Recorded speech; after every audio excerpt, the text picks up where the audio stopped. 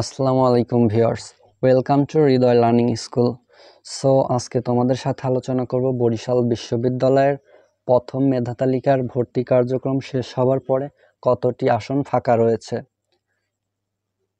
এবং তোমাদের এখন প্রথম মেধা তালিকা প্রকাশিত হয়ে যাওয়ার পর ভর্তি কার্যক্রম শেষ হয়ে গেছে, এখন তোমাদের করণীয় কি।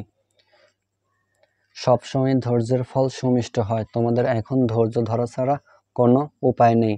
তোমাদের একটি কাজ দ্বিতীয় মেধা তালিকার অপেক্ষা করা।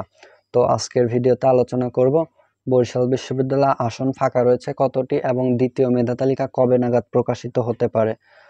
তোমরা যারা ভিডিওটি দেখছো তোমাদের অনুরোধ ভিডিওটি প্রথম থেকে শেষ পর্যন্ত দেখার জন্য।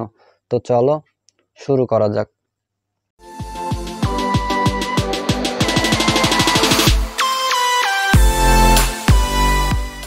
বরিশাল বিশ্ববিদ্যালয়ে মোট আসন সংখ্যা রয়েছে 1570টি এবং এই 1570টি আসনের বিপরীতে নিশ্চয়ন করেছে 1490টি, অর্থাৎ এই 1570টি আসনের মধ্যে ভর্তি কার্যক্রম সম্পন্ন করেছে 1490 জন শিক্ষার্থী।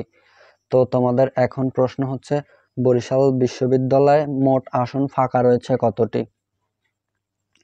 সায়েন্স, আর্টস, কমার্স এই তিনটি গ্রুপ মিলে এখন বর্তমানে আসন ফাঁকা রয়েছে 80+। দ্বিতীয় মেধা তালিকা প্রকাশ হবার পরে প্রথম মাইগ্রেশনের লিস্ট প্রকাশ হবে। এক বিষয়ের শিক্ষার্থীরা অন্য বিষয়ে শিফট হয়ে যাবে, সেই ক্ষেত্রে তোমাদের আসন কমতেও পারে অথবা বাড়তেও পারে। তোমরা অনেকেই মনে করতে পারো 80টা সিট ফাঁকা রয়েছে, এখানে মাইগ্রেশনের পর কম বেশি হতে পারে। তো তোমাদের দ্বিতীয় মেধা তালিকা প্রকাশ হতে পারে 12 থেকে 13 জুনের মধ্যে। ততক্ষণ পর্যন্ত তোমাদেরকে ধৈর্য ধরতে হবে এবং তোমাদের জন্য শুভকামনা রইল। দেখা হবে নতুন কোনো ভিডিওতে। ততক্ষণ পর্যন্ত সবাই ভালো থাকো। আল্লাহ হাফেজ।